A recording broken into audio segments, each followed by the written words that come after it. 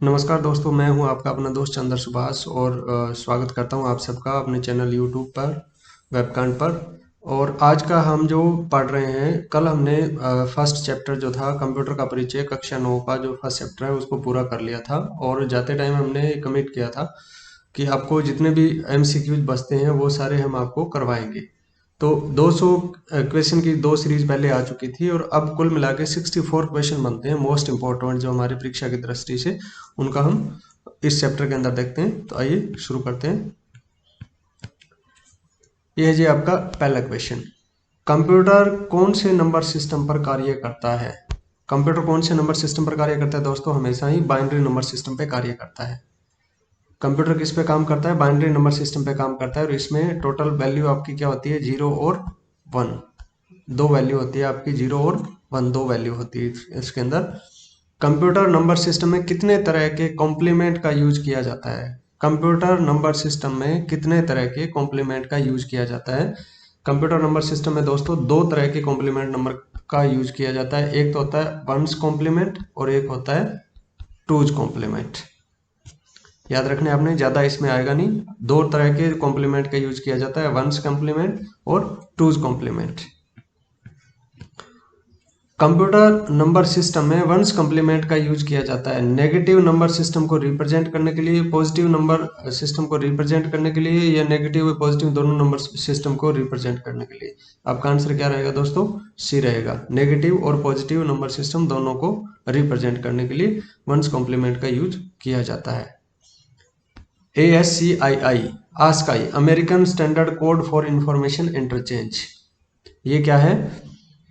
International level का एक जो है वो स्टैंडर्ड कोड है कंप्यूटर सिस्टम के लिए जो यूज किया जाता है। टोटल हमारे 256 जो बिट है उसका नंबर सिस्टम इसके अंदर जो है वो कोडिंग का यूज किया जाता है।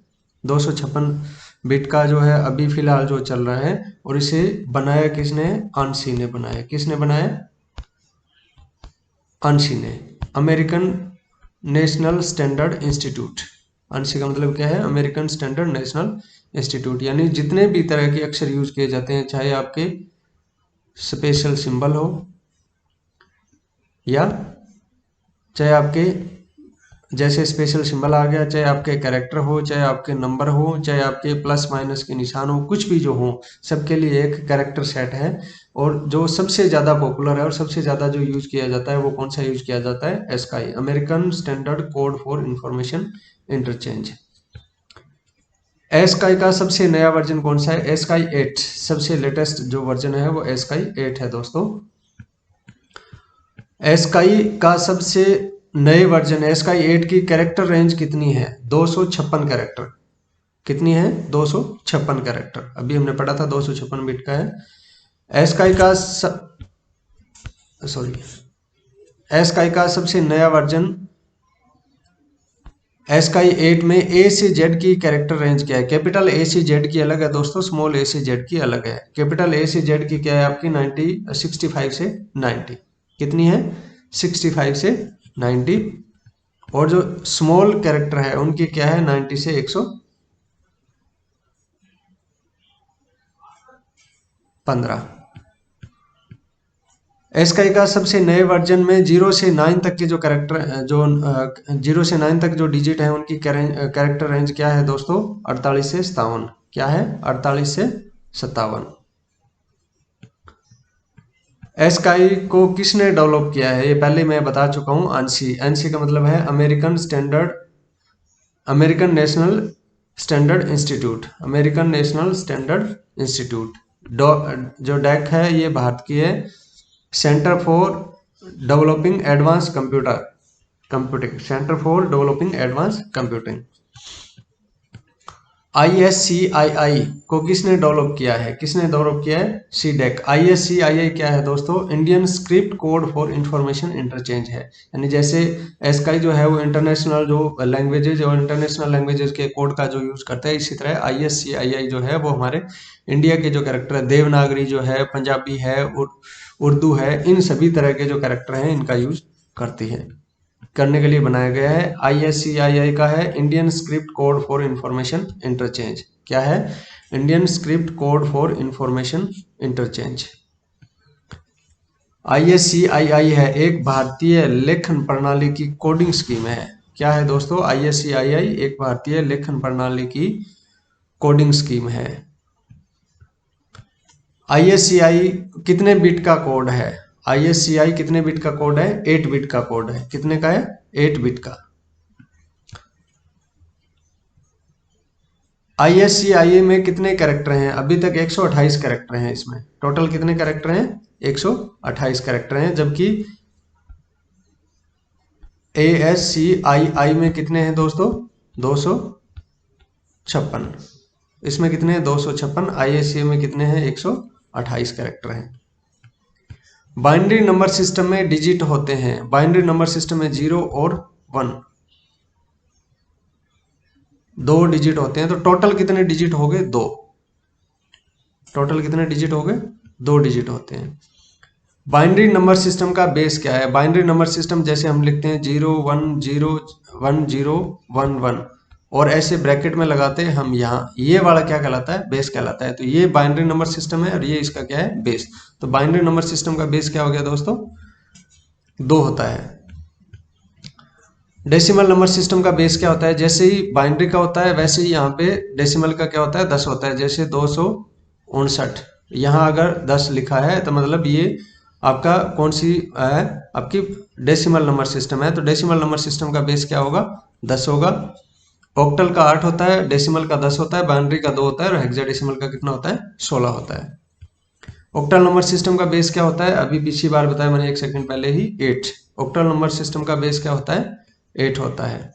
हेक्साडेसिमल नंबर सिस्टम का बेस क्या होता है? 16 होता है। अभी पिछले से पिछले क्वेश्चन में हमने कर लिया है। हेक्साडेसिमल नंबर सिस्टम का बेस कितना होता है? 16 होता है। हेक्साडेसिमल नंबर सिस्टम में 14 को रिप्रेजेंट करते हैं। 10 को रिप्रेजेंट करते हैं ए से, 11 को बी से, 12 को सी से, 13 को डी से, 14 को किससे करेंगे? ई से और 15 को किससे करेंगे? एफ से। तो 14 को किससे रिप्रेजेंट कर रहे हैं हम? ई से। किससे रिप्रेजेंट कर रहे हैं? ई से। तो आपका आंसर क्या रहेगा? ए। हेक्साडेसिमल नंबर सिस्टम में संख्या होती है। हेक्साडेसिमल नंबर सिस्टम में 0 से लेकर 9 तक डेसिमल वाली होती है और ए से लेकर एफ तक। ए से लेकर एफ तक, 0 से 9 और ए से एफ, किसमें? हमारा सी में। डेसिमल नंबर सिस्टम में संख्या होती है 0 से लेकर कितनी होती है? 9 होती है। आपका आंसर क्या रहेगा? 1 रहेगा। ऑक्टल नंबर सिस्टम में संख्याएं होती है। ऑक्टल नंबर सिस्टम में संख्या कितनी होती है? 0 से 7, 0 1 2 3 4 5 6 और 7, टोटल कितने हो गए? 8 हो गए। तो ऑक्टल नंबर सिस्टम में संख्याएं कितनी होगी? टोटल 0 से 7 होती है, टोटल संख्याएं 8 होती है। ऑक्टल नंबर सिस्टम का आधार क्या है? ऑक्टल नंबर सिस्टम का आधार क्या है? आधार अंक क्या है? 8 है आधार अंक। बेस जो होता है यहाँ जो लिखते हैं वो क्या होगा आपका? यहाँ 8 होगा ऑक्टल नंबर सिस्टम का। डेसिमल नंबर सिस्टम का आधार अंक क्या है? 2। सॉरी, डेसिमल नंबर सिस्टम का आधार अंक आपका क्या रहेगा दोस्तों? 10। हेक्साडेसिमल नंबर सिस्टम का आधार अंक क्या है आपका? 16। हेक्साडेसिमल नंबर सिस्टम का आधार अंक आपका क्या रहेगा? 16 रहेगा। कंप्यूटर डाटा स्टोर करने और कैलकुलेशन करने के लिए कौन से नंबर सिस्टम का यूज करता है? कंप्यूटर हमेशा कौन से नंबर सिस्टम पे यूज करता है? जो भी काम करता है कंप्यूटर हमेशा बाइनरी नंबर सिस्टम पे यूज करता है। किसका यूज करता है? बाइनरी नंबर सिस्टम का। तो आपका आंसर क्या रहेगा? ए रहेगा, बाइनरी। कंप्यूटर को स्टार्ट करने के लिए कंप्यूटर स्क्रीन के डेस्कटॉप में ऑन होने की कंप्लीट प्रोसेस को क्या कहते हैं? यानी कंप्यूटर से जैसे ही आप पावर बटन दबाओगे, पावर बटन दबाने के बाद कंप्यूटर आपका क्या होगा? स्टार्ट होगा। स्टार्ट होने के बाद आपकी विंडो दिखाई देगी। क्या दिखाई देगी? आपकी विंडो दिखाई देगी। उसके बाद आपके लिए अवेलेबल होगा क्या करने के लिए? काम करने के लिए। तो यहां से यहां तक आने की जो प्रोसेस है वो आपकी क्या कहलाती है? क्या कहलाती है दोस्तों? बूटिंग कहलाती है। क्या कहलाती है? बूटिंग कहलाती है। यानी कंप्यूटर को स्टार्ट करने के लिए कंप्यूटर स्क्रीन के डेस्कटॉप में ऑन होने की कंप्लीट प्रोसेस को क्या कहते हैं? बूटिंग कहते हैं। ऐसी बूटिंग जिसमें कंप्यूटर अपनी कंप्लीट प्रोसेस को चेक करता है, यानी कंप्यूटर स्टार्ट होने से पहले क्या करता है? सब पूरी तरह से चेक करता है यानी सारे कंपोनेंट उसके सही है कि नहीं है, सही तरीके से काम कर रहा है कि नहीं कर रहा है, सभी जुड़े हुए हैं कि नहीं जुड़े हुए हैं। तो यानी सबसे पहले जब कंप्यूटर बिल्कुल आपका बंद पड़ा हो, पावर ऑफ हो, कंप्यूटर का पावर ऑफ हो, उस टाइम पे जब हम चेक करते हैं तो वो आपकी क्या कहलाती है, कोल्ड बूटिंग कहलाती है। यानी कंप्यूटर बिल्कुल आपकी स्क्रीन कंप्यूटर की बंद हो, पहली बार आप प्लग लगा के चेक कर रहे हो, चला रहे हो, तो वो आपकी क्या कहलाएगी, कोल्ड बूटिंग कहलाएगी। जब आपका कंप्यूटर चल रहा है और आप उसको क्या करते हो, रीस्टार्ट करते हो, तो आपकी क्या कहलाएगी, वार्म बूटिंग कहलाएगी। क्या कहलाएगी, वार्म बूटिंग कहलाएगी। वार्ड लोडिंग और कोल्ड रनिंग ये कोई प्रोसेस नहीं होती है कंप्यूटर में। ऐसी बूटिंग जिसमें कंप्यूटर अपनी कंप्लीट प्रोसेस को चेक नहीं करता है, यानी पहले वो चेक कर रखा है, दोबारा उसको रीस्टार्ट करते हैं, तो आपकी क्या कहलाएगी बूटिंग, वार्म बूटिंग कहलाएगी। अगर शुरू से शुरू करते हैं, यानी सारी जो है वो कंप्लीट अपनी कंप्लीट प्रोसेस को चेक करता है कंप्यूटर, जिसमें सारी डिवाइसेस काम कर रही है कि नहीं कर रही, तो उस टाइम वो क्या होगी, कोल्ड बूटिंग होगी। जबकि जिसमें कंप्लीट प्रोसेस को चेक नहीं करता है, वो आपकी क्या आएगी, वार्म बूटिंग होगी। ऐसी प्रोसेस जिसमें कंप्यूटर अपने सभी कंपोनेंट को चेक करता है, ऐसी प्रोसेस जिसमें कंप्यूटर अपने सभी कंपोनेंट को क्या करता है, चेक करता है, क्या कहलाती है आपकी, post power on self test. क्या कहलाएगी, post power on self test. Computer का कार्य दो भागों हार्डवेयर एवं दूसरा कौन सा होता है आपका, सॉफ्टवेयर। कंप्यूटर का कार्य दो भागों हार्डवेयर और सॉफ्टवेयर से संचालित होगा, यानी एक दूसरे के बिना दोनों क्या है, अधूरे हैं।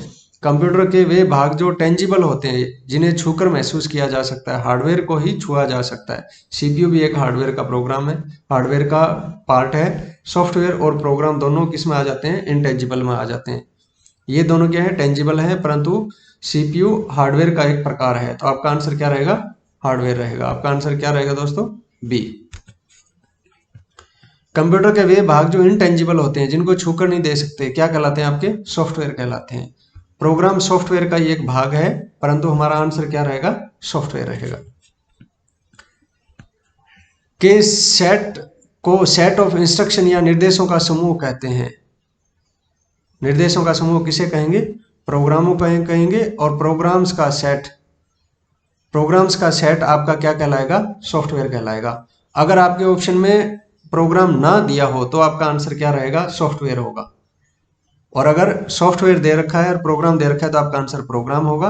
अगर प्रोग्राम दे रखा है, नहीं दे रखा है, तो आपका आंसर क्या रहेगा, सॉफ्टवेयर रहेगा। इस चीज को आपने ध्यान रखना है।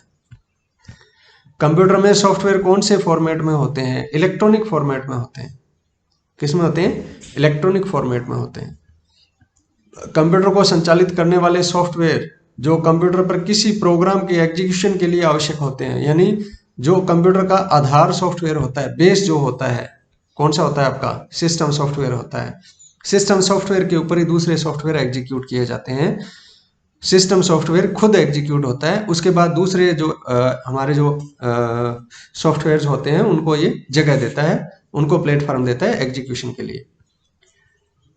किस सॉफ्टवेयर के बिना कंप्यूटर में एप्लीकेशन सॉफ्टवेयर का उपयोग नहीं किया जा सकता। अभी हमने पिछले में पढ़ा है, सिस्टम सॉफ्टवेयर के बिना जो हमारे कोई भी एप्लीकेशन सॉफ्टवेयर है उसका उपयोग नहीं किया जा सकता, उसको जो है वो इंस्टॉल नहीं किया जा सकता, उसको रन नहीं किया जा सकता। किस सॉफ्टवेयर को एप्लीकेशन सॉफ्टवेयर का आधार कहा जाता है, यानी जिसके ऊपर एप्लीकेशन सॉफ्टवेयर इंस्टॉल होता है, सिस्टम सॉफ्टवेयर पे इंस्टॉल होता है, तो आपका आधार क्या रहेगा, सिस्टम सॉफ्टवेयर।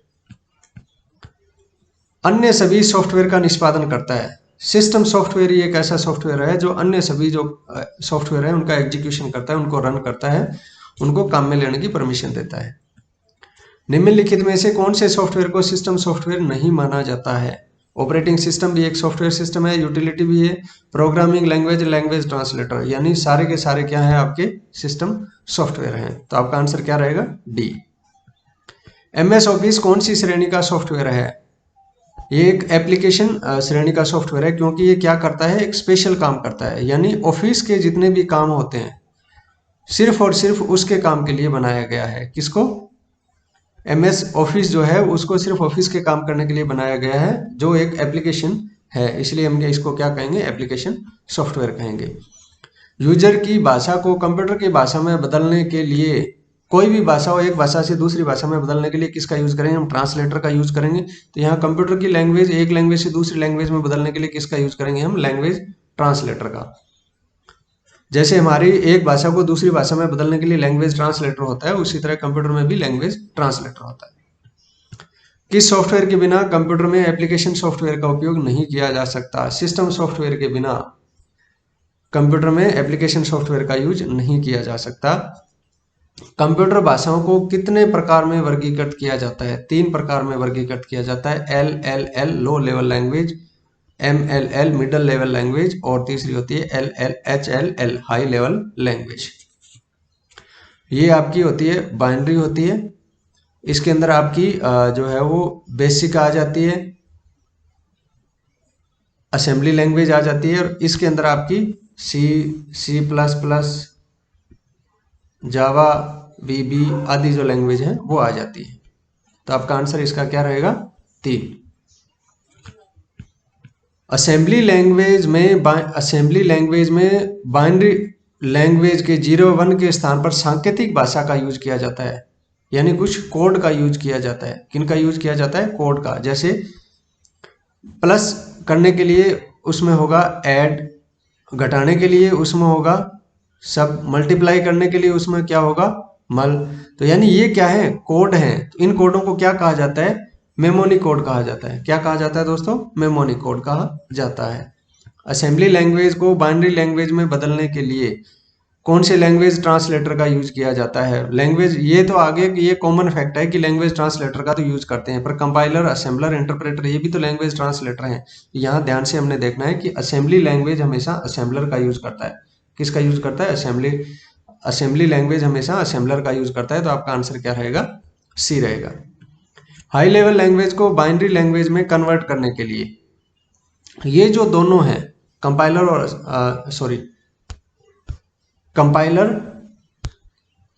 और इंटरप्रेटर, जो दोनों हैं ये हाई लेवल लैंग्वेज को बाइनरी भाषा में कन्वर्ट करते हैं। तो आपका आंसर क्या रहेगा?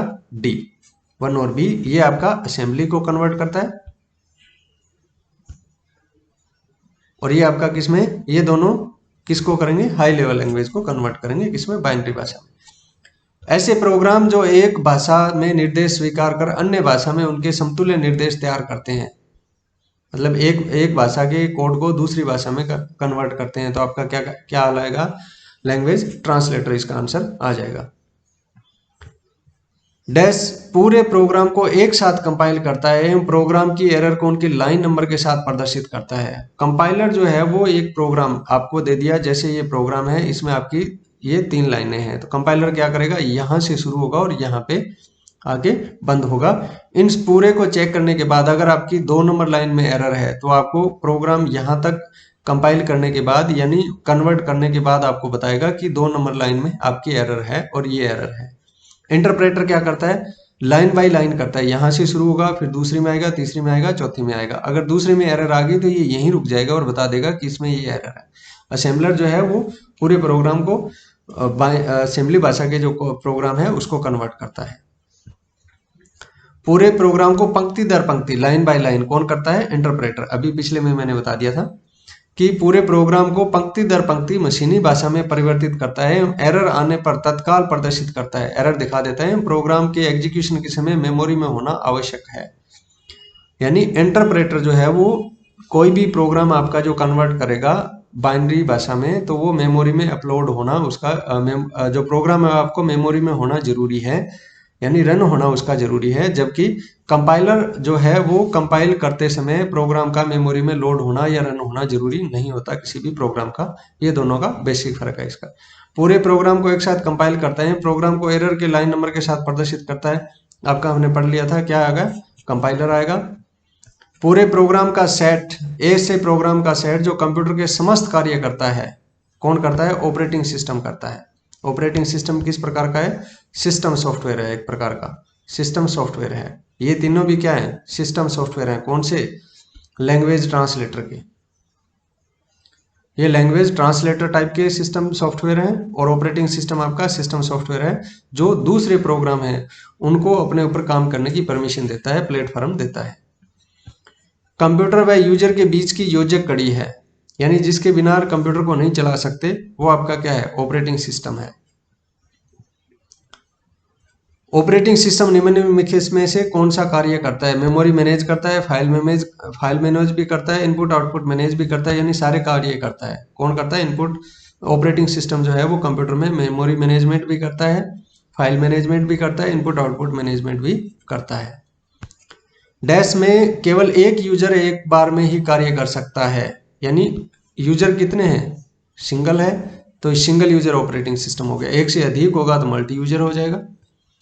मल्टी यूजर ऑपरेटिंग सिस्टम का उदाहरण है लाइनेक्स, एक ऐसा ऑपरेटिंग सिस्टम है जो मल्टी यूजर ऑपरेटिंग सिस्टम है। डोस डिस्क ऑपरेटिंग सिस्टम और विंडोज, ये दोनों क्या है आपके? सिंगल यूजर हैं। कौन से?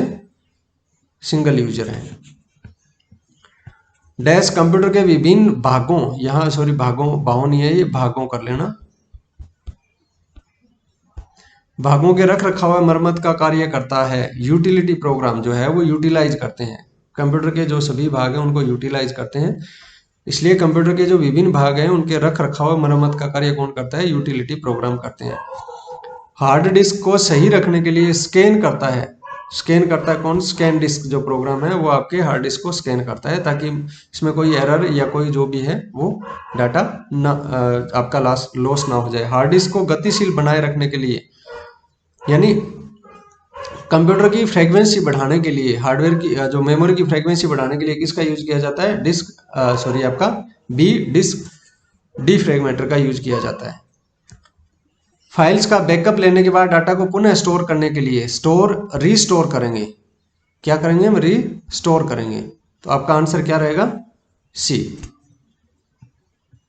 हार्ड डिस्क में अधिक आंकड़े स्टोर करने वाला में मदद करने वाला यूटिलाइज है, यानी आपके डाटा को क्या करेगा? कंप्रेस करेगा, यानी कंप्रेस करके आपको देगा, तो वो आपका क्या कहलाएगा? Compressing programme. हार्ड डिस्क में अधिक आंकड़े स्टोर करने में मदद करने वाला यूटिलिटी प्रोग्राम कौन सा है? कंप्रेसिंग प्रोग्राम है। कंप्यूटर में वायरस को हटाने के लिए काम में आने वाला यूटिलिटी प्रोग्राम है। वायरस हटाने के लिए तो वायरस का एंटीवायरस होगा। होप आपके फर्स्ट चैप्टर का जो पूरे जो कंटेंट है वो आपको मिल गए होंगे। जितने मैक्सिमम क्वेश्चन बनते थे वो सारे हमने आपको प्रोवाइड करवा दिए। वीडियो देखने के लिए धन्यवाद। बने रहिए, तब तक के लिए जय हिंद।